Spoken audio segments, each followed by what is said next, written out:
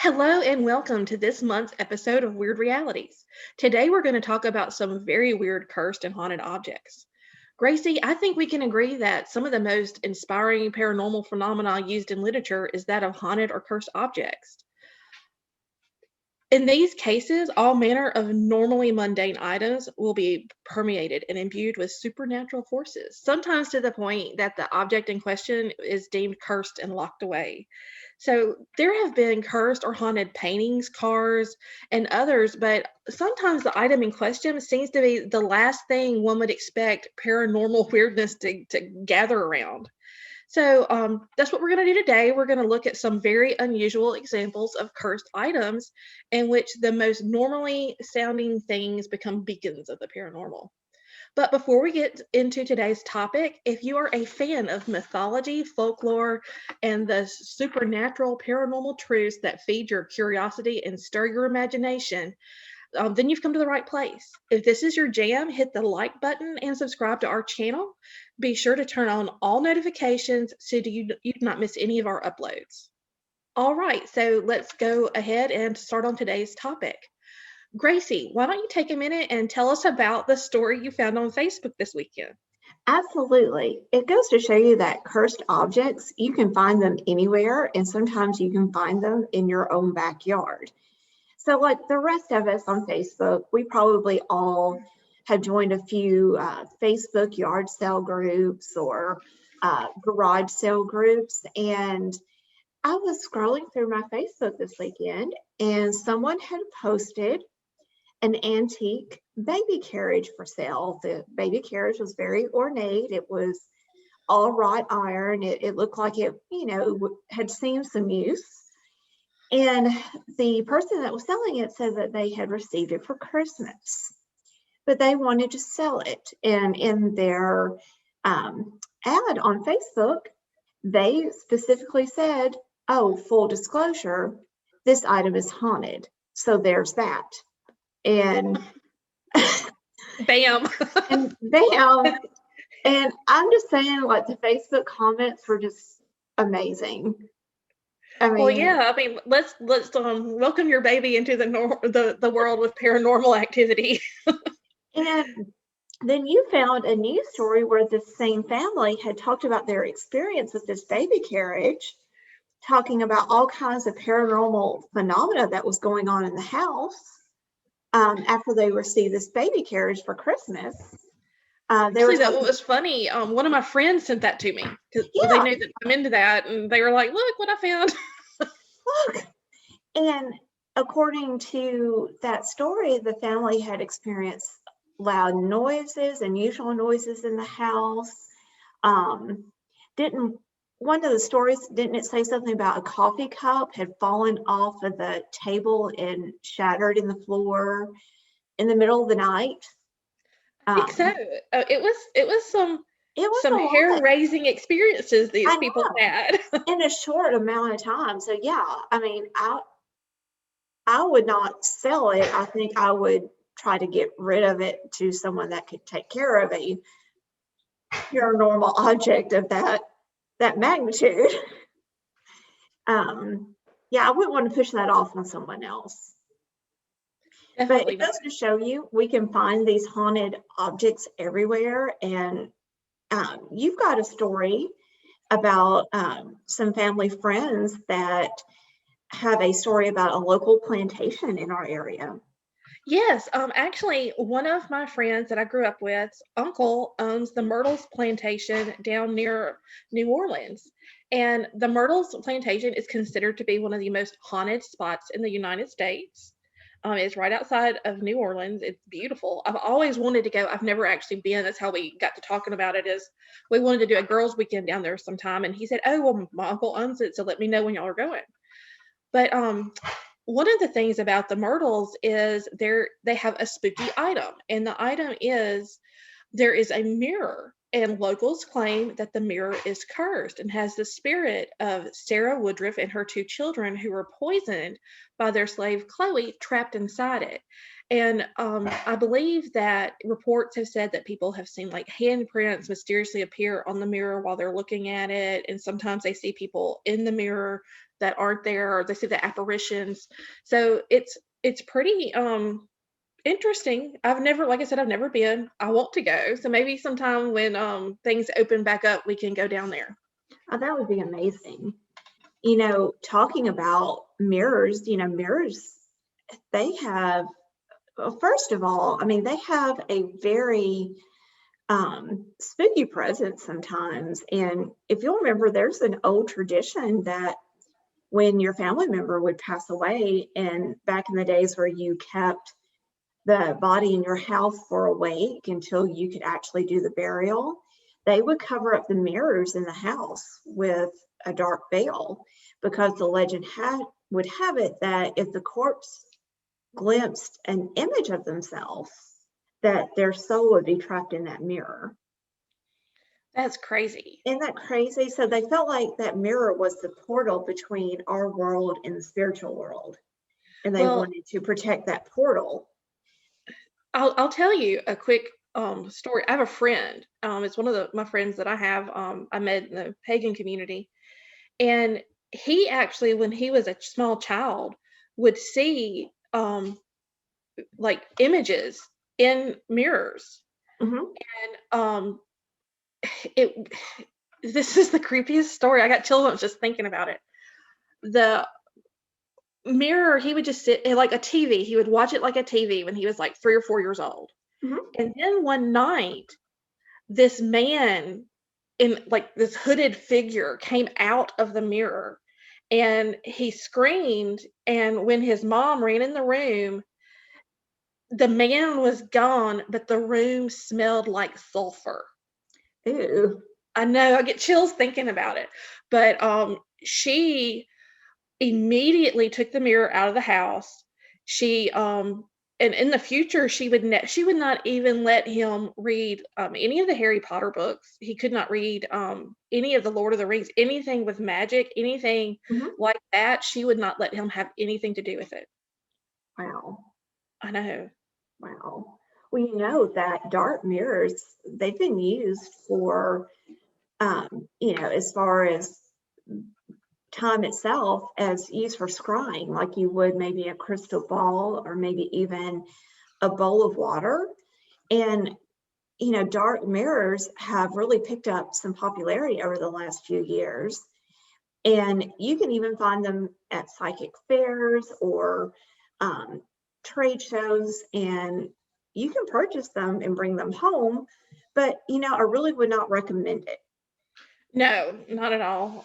I mean, it's really a dangerous object to deal with. And when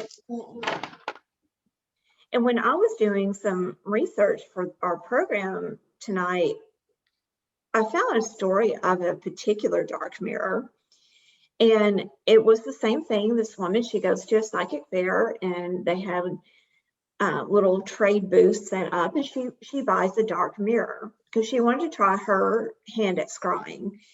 And for several days, the woman, she said that she didn't get anything out of it, that she thought it didn't work. And her adult daughter, came to visit her one day and found the mirror. It was tucked away in a closet, and she had wrapped a cloth around it. And her daughter asked her what happened with the mirror, and she said she did not want to talk about it, that the mirror was evil. So the daughter took the mirror out, and she eventually donated it to the Traveling Museum of the Paranormal and Occult.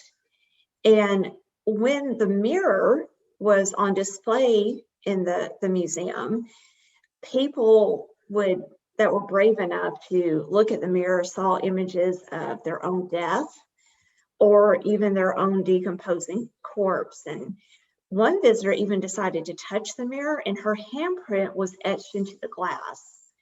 And she kept trying to rub her handprint off the mirror, and she tried this for hours. And finally, she threatened to break the glass, and then her handprint just disappeared. And oh man, that's creepy. Isn't that creepy? And it's then so creepy. Yeah, and it kept getting worse. And the Traveling Museum set up their next exhibit in a notorious haunted asylum, which, is really never a good idea either.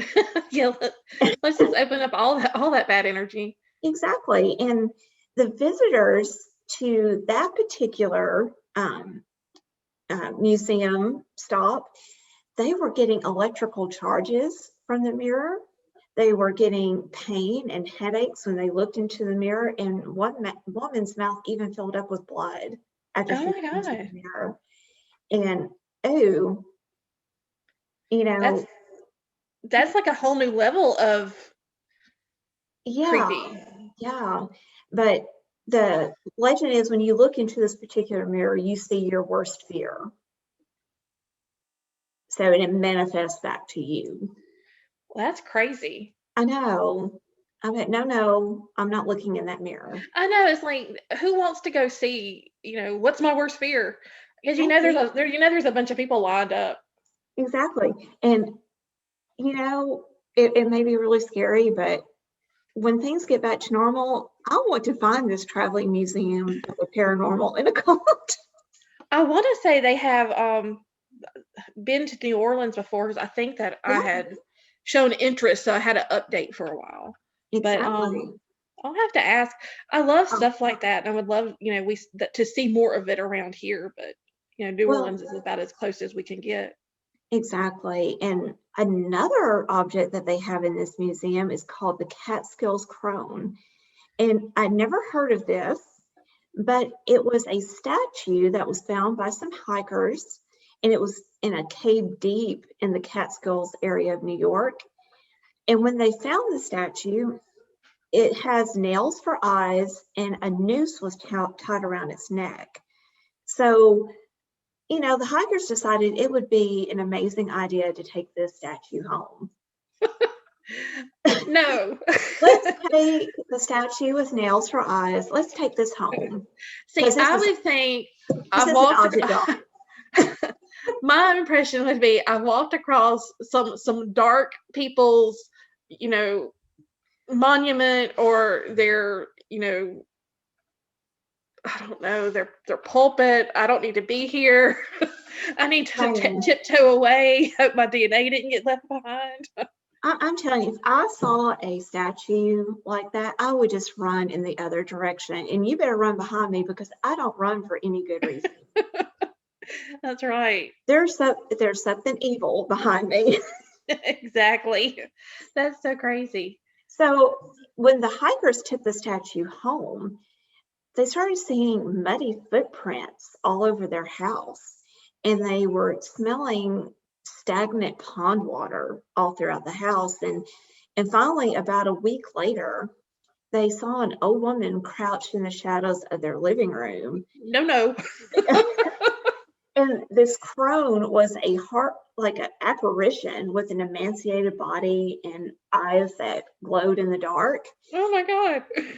And so how long did it take for them to connect that with the statue, the crazy statue they brought home for their hiking? I don't think it would take long. That's what happens, people, when you bring home this crazy stuff. Exactly. Bring home what's with it. It's like if these hikers had been in a horror movie, they would have been dead. Yeah. They would be the dead people. It's very Blair Witchy. Very Blair Witchy. So yeah, exactly. So the hikers ended up donating the statue to the traveling museum, and it's kept safely in their archives now. But yeah, we can just find these stories from everywhere. And like you mentioned at the top in our introduction, there's so much of our entertainment in books that are based on these haunted objects. And we can think about, of course, Christine from the Stephen King book, Annabelle the doll, and just please don't get me started about how creepy dolls are. I hate no. I think I told you when we brought this topic up that I really didn't want to talk about the haunted dolls, because they totally creep me out. And I know that you're aware of this, our listening audience is not, but my mother recently passed away, and my mother has this little doll.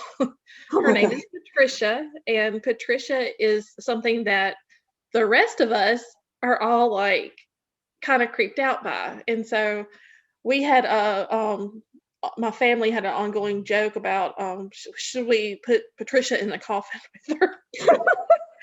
Sorry, it's not funny, but and it I is. and my mom had she had this little thing. It was it sounded like a rattle that whenever she wanted to get my attention, I was in the other room, she would shake it, so I would come in there and check on her. Mhm. And so my friend had made the comment about putting the little shaker thing in there too, and I said, "Oh, no, because I just have a feeling I'm gonna wake up one night, I'm gonna hear the shaking, and then I'm gonna hear the pitter patter of little feet, and there's gonna be Patricia with that thing shaking it, covered Oh in gosh. graveyard No. dirt. No." No. My No. rule of thumb, all dolls and any clown related objects are haunted. And I just stay away from them. Yes. If it has an image of a clown on it, no. Yeah, I've never understood the fascination with the feel goodness of a clown because they do not No. inspire feel goodness in me. We could talk about this for another episode, but there is like an actual psychological phenomenon behind people that don't like dolls or clowns or ventriloquist dummies. It's an actual thing. I've known someone that she had the fear of clowns to the point where Mhm. she would shut down if she like walked up to a garage sale and Mhm. someone had one out. She would just Mhm. shut down. Um, Well, and I think it was found by Freud. It's called the fear of the unreal. Like that that's real, but then it's not. Interesting. And that conflict in your psyche is what makes you afraid. Wow. I See, know. that's some deep stuff right there. Now, That's for indeed. me, I know I'm more of a like years ago I worked at the bookstore, go figure, right? And there was this clown that would come in, and I know that realistically, I know he was just there, but he creeped all of me and the other booksellers out. And like one of the guys came up and he goes, if the clown's name, which I'm not going to repeat in case someone knows him, um, but let's just say Ronald, if Ronald shows up and leaves a bag, I'm out of here. Because he would come in every day, and every day he would Uh, be there. And I guess it's probably between jobs or something, but it would just really creep us out. no. I know my Because husband he has. wouldn't say anything. He would Yeah. just do, like make balloon animals and come up and like it was like I Oh said, no, it was not a joyful experience for me. no. And my husband asked me one time. He said, "Did you watch Bozo growing up?" I said, "No, I did not. I did not watch Bozo." And I apologize to the Bozo fans out there, but no, I did not watch it. Nope, Nope. nope, nope. So all these haunted objects that have become legend over time, a lot of movies are based off of them. So Hadley, why don't you tell us about the haunted object that they based the movie The Possession on? Okay, well, first I want to say I did not know there was a movie.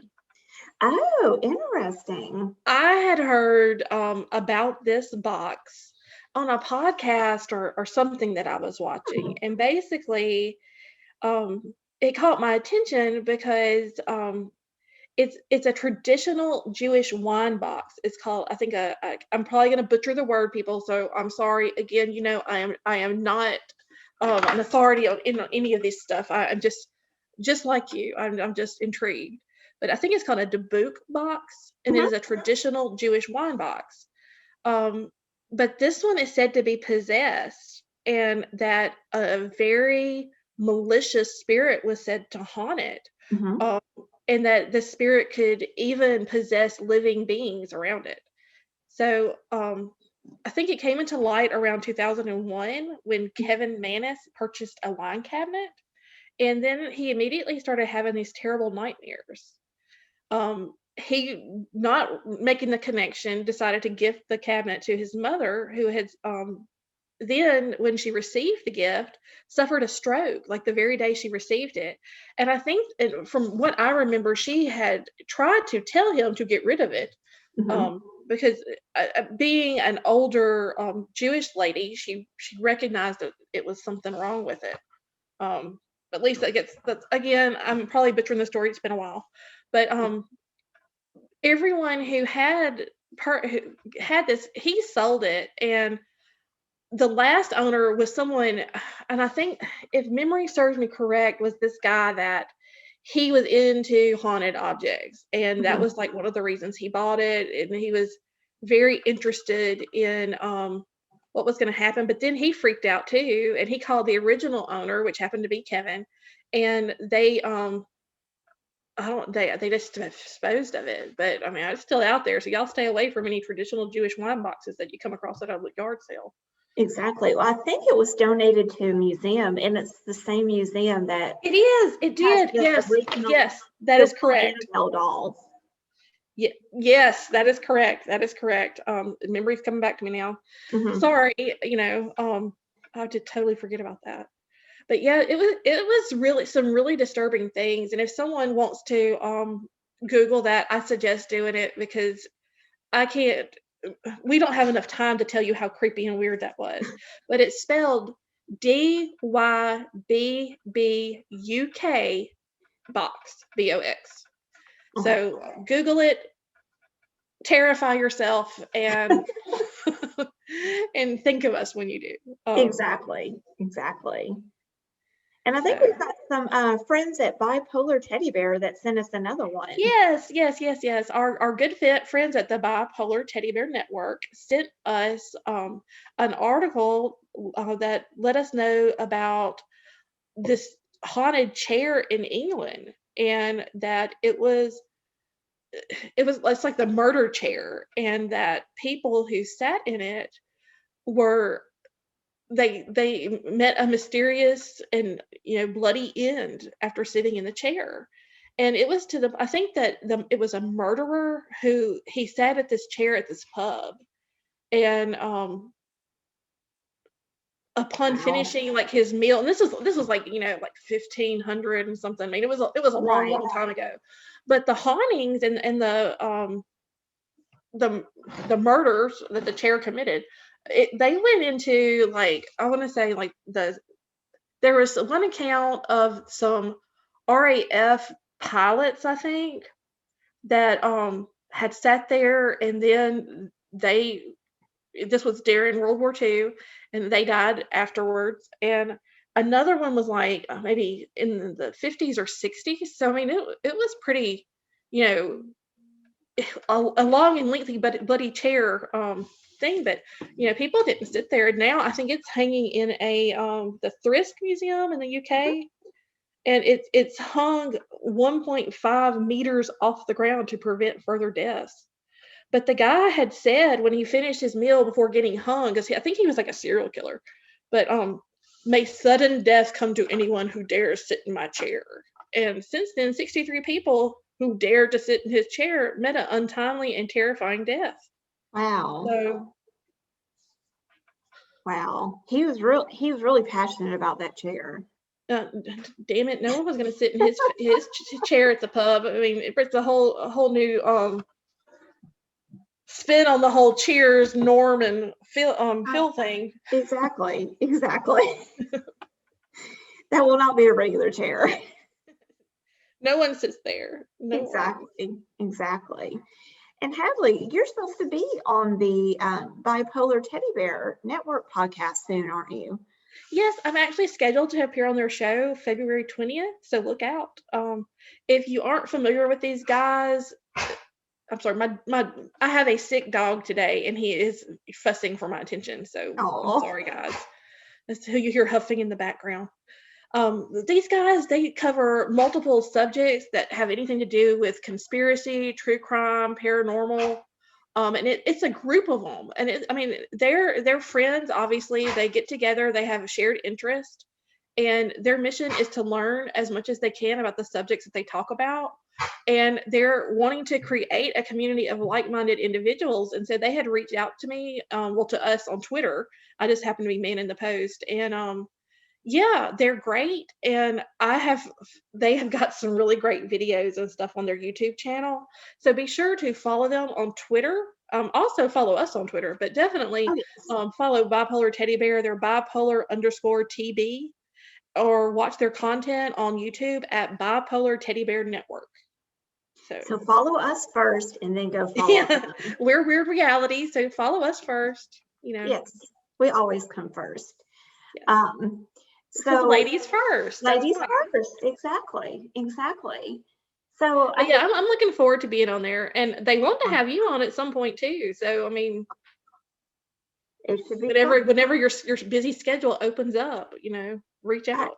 I'm telling you, it's like when it rains, it pours. Like if someone needs me to do something, they're going to find me right now. So, and I think it's a side effect of actually working from home, because everybody thinks when you work from home, you've got all this time. And truly you don't. No. You have this, same amount of time as you had before. It's just, you're accessible. Well, I think, and I say this because having worked from home off and on for like the last 10 years, you have people who they do consider it working from home and they take care of all their home stuff first and their work stuff secondly. But I think that with the current state of the world kind of shifting to the new normal, we're going to see that people are a lot more serious. Exactly. So, because I think a lot of people are going to find out they want to stay home. Exactly. And I would just like to mention right now, I think this is a good segue. Next month for our next podcast, we're going to talk about the anniversary of COVID-19 and how it's really changed society and how we view the world. And we're going to talk about the weirdness of the virus itself. Yes, and that's something that I definitely want us to mention, is that we're going to look at it from like the metaphysical new age community's stance on what's going on with the virus, and also the medical community and some cover ups we have discovered. Exactly. And we're going to share some thoughts that we have, and they may not be traditional thoughts about it, but it might get you to thinking about it. Definitely. Absolutely. So I guess back to the topic we're talking about here. Yeah. Haunted art. I think that's our next. We're going to talk about some artwork. Yeah. It seems like, these haunted objects, they have some definite categories they fall into, and haunted art's one of them. So why don't you tell me about one that you found? Well, I found two really interesting ones, and then another artifact, which the Anguished Man painting is a painting that Sean Robinson inherited from his grandmother, and he decided to hang the painting on the wall of his house. Well, Sean and his wife started experiencing some paranormal events, like doors, opening in the middle of the night. They would hear these blood-curdling screams from nowhere, just coming from their house. Well, Sean's wife decided, screw this, she was going to get to the bottom of what was going on with that painting, because she knew, and she found out that the artist who had painted it committed suicide, but before doing that brutal act, he had mixed his own blood in with the paint that he used to make the painting. Oh, wow. Yeah, they said not for us, and decided to put the painting in their basement of their house. They said no. I basement wouldn't be far enough. I'm telling you, isn't that the truth? It needs to be miles away from me. It needs to be in the travel and occult show. I'm serious. Another one was the Hands Resist Him painting by artist Bill Stoneham. And it's probably one of the most haunted pieces of art, and this creeped me out so bad. According to the artist himself, the painting is a representation of the doorway that connects our world with the world of the spirits. And the owners of the paintings have claimed that, I saw a picture of the painting, and it's got these two creepy looking kids, and like behind them is this window, and there's like all these, like, it looks like hands. It made me think of, like, the zombie pictures that you see with the hands pressed against something. Right. It looked like that, but there's no bodies. It's just these hands. But the characters in the picture move or disappear overnight. So you could just be like going to get your glass of water and walk by the painting, and those little creepy kids aren't there. Where are those creepy kids, Michelle? I could not live with that painting in my house. Oh, Wow. Wow. Did you know whatever happened to the painting? Do they still have it or? it didn't say the research I found. I didn't dig too deep this month, guys. I'm Right. sorry. Like I said, I got other stuff going on. I get it. So I did not find out, but it did not give me any indication that they did not. So I'm guessing they still have it. And Oh, no, no, those creepy no. little kids No, pitter no. patting around the hallways at night. Now that, no. That's all I gotta say is mm-mm. Now the last haunted object that I found was there was the woman from Lebel, which was found in Cyprus in 1878, and it is an eye-catching artifact carved from limestone. The statue is said to have been owned by 4 different families, each of them having family members dying within a few years of obtaining the artifact. So, terrified by the deadly history of the statue, the only surviving member of the last family donated the statue to the Royal Scottish Museum in Edinburgh, Scotland. Mhm. However, they didn't stop there. The museum curator who handled the statue was mysteriously murdered a few days after receiving the woman from Lim. Wow. So, and let me clarify that the entire families died. It wasn't like just one family member died, making it, a normal occurrence and, Right. but no, 4 different families were all but wiped out by this, by owning this artifact, and the only surviving member of the last family who owned it donated it to the museum. Wow. So that is pretty creepy. Wow. It kind of reminds me of another artifact that I found when I was doing some research. It was called the Goddess of Death. And it was the same thing. It was given to a family. It was an ancient artifact that was found. And the family died after coming into ownership of this statue.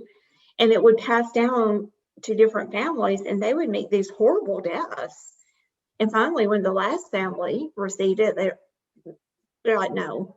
And then, they donated it, and it's kept safely in the museum now. But I mean, it really goes to show you that you shouldn't really mess with these objects. I mean, there are some really terrifying stories attached to them. There really are. I mean, and we talked about this when we were getting prepared for this episode. I wanted to definitely mention, the curse of like the Egyptian mummies. You remember? Yes. That was a pretty big deal, and they started having all these, mummies discovered. But it's not limited to just Egyptian mummies. Mm-mm.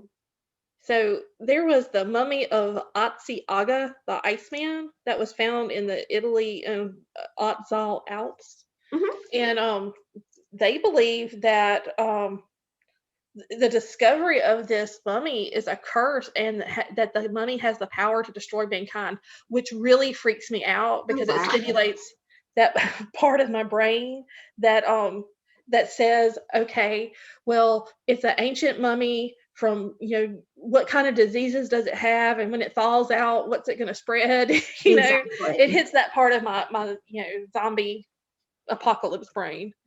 But yeah, there's some great things to stimulate all types of creative fodder, I think.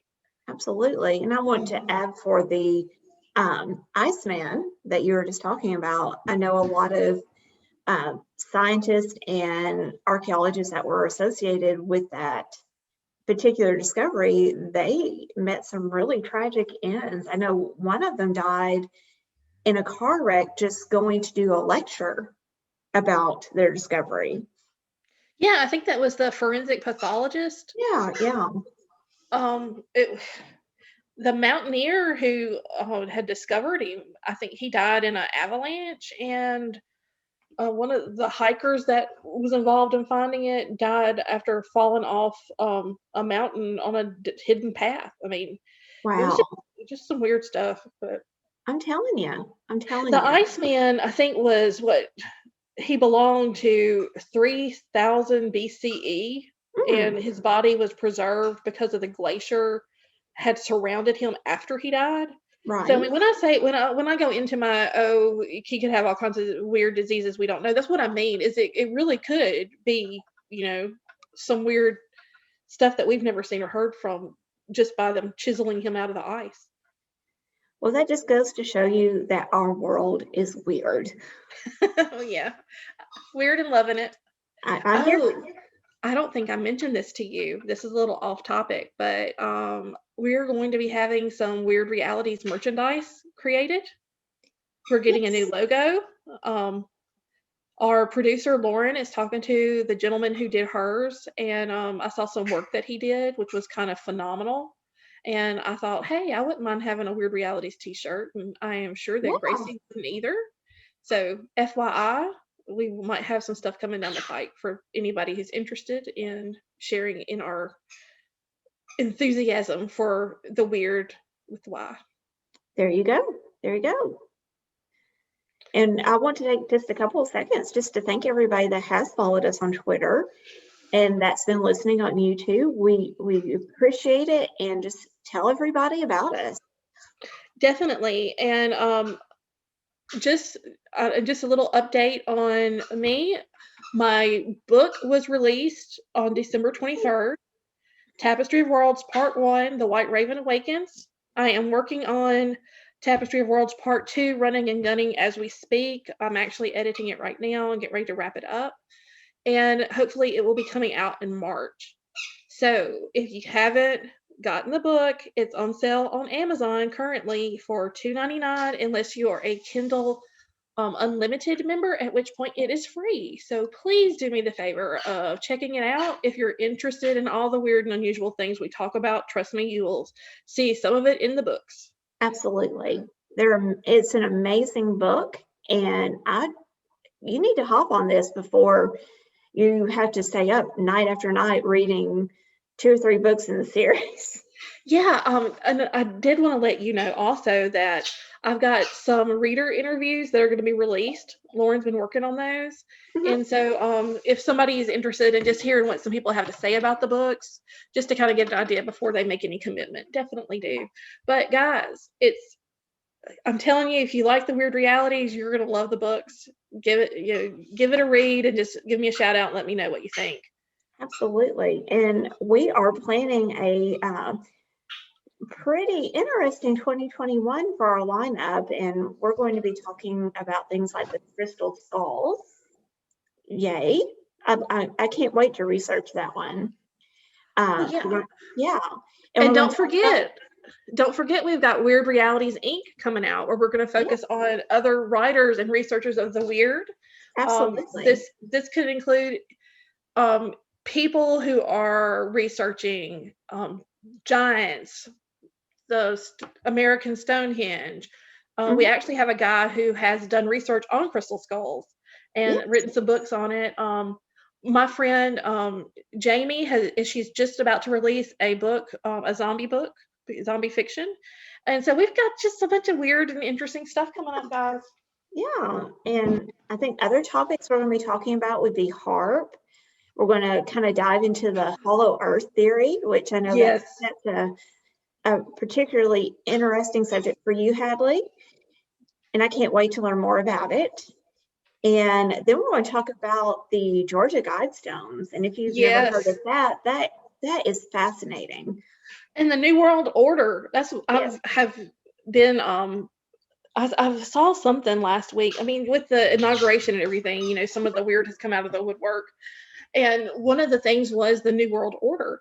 So I Mhm. was like, well, that sounds intriguing. What's this? And apparently the New World Order is like the new Illuminati type thing. And they Yes. are responsible for the Georgia Guidestones. Yes. And, if you've not heard of it, it is a mysterious monolith that is out in the middle of rural Georgia. It is in how many languages, Hadley? Do you remember? It's in like 7 different languages. It's in a bunch. I can't remember Yeah. exactly how many And it is. it is the rules for the New World Order. But it is an intriguing monolith. If y'all don't know anything about it, it actually has like a hole carved through it that you can see the sun rise and set at certain times of the year. Mainly, I think the winter or the summer solstice. I can't remember exactly which one because again, this is just research I've just gathered in passing. But Right. it's some really interesting things. The Exactly. hollow earth theory, I'm really interested. There was a pilot, I want to say between the 1930s and 1940s, that when he was flying, saw a village. Well, it was like a city in Antarctica. It was like a modern city in Antarctica. And he stopped, he flew down. There was some crazy stuff that he witnessed and they told him, and this is the hollow earth. It's all connected with that hollow earth theory, and Mhm. it just really stimulates my imagination. So I can't wait to explore that some more. Absolutely. Absolutely. I think there's a lot that's come out about that in the last couple of years. Probably so. Yeah. Yeah. It's there's all kinds of. I mean, it's very interesting. I mean, and if you start looking at the theories with Mars and Mars being hollow, and the Hmm. Martians being living within it, and that it's it's very intriguing, and I can't wait to see more or read more about it. I agree. It's going to be, that is going to be a wild show, I think. No telling what we're going to find out researching it. I can't wait. Exactly. I Exactly. can't wait to find out about the crystal skulls, which I I know. don't know if you know this, but one of the ladies that I study with, she has a crystal skull. Oh, And wow. it's not one of the crystal skulls, Right. obviously, but it's a crystal skull, which is kind of phenomenal. And I think she calls him El Wape. And she has a name for him, and he travels around with her, and she goes to all these neat, interesting places, and she takes the crystal with her. And Wow. crystals are supposed to be like memory stones, like they record your memories, and that's why like they're like I think crystals in your watches, and I don't know, it's all kinds of neat stuff with the crystals. So Yeah. Yeah. Maybe we can explore some of that too. yeah, definitely, definitely, so excited. Well, guys, I think we're going to wrap it up here. And if you want to get in touch with us, you can direct message us at Instagram at weird_realities. And that's weird with a Y, don't forget. And we're on Twitter at Weird Realities. So that's all together, Weird Realities. If you have a story suggestion, just want to say hi, or you have someone or are interested in learning more, please email us at weirdrealities@gmail.com. Again, weird with a Y, WYRDREALITIES @gmail.com. Special thanks to each and everyone who follows us and listens to our show. We love and appreciate you guys so much. We're growing every day, and I just can't tell y'all what great things are coming. If you get a chance tonight, our producer, Lauren Smith from Night Callers Productions and Night Callers Bigfoot Radio is going to be making a big announcement about some stuff she has going on. So be sure to tune in and listen to what she's going to be announcing because we'll be there. So that's it, guys. We hope you enjoyed today's topic. Please leave a comment. Let us know what you thought. We know we're crazy. We're not, any way, shape, or form do we think that we are experts on this material. No. We are just two chicks who like to write, who like to have a good time, and who are definitely looking to inspire our imagination and learn new things. Absolutely. Absolutely. Well, everybody keep it weird, and we'll be talking again soon. See y'all next month. Bye-bye.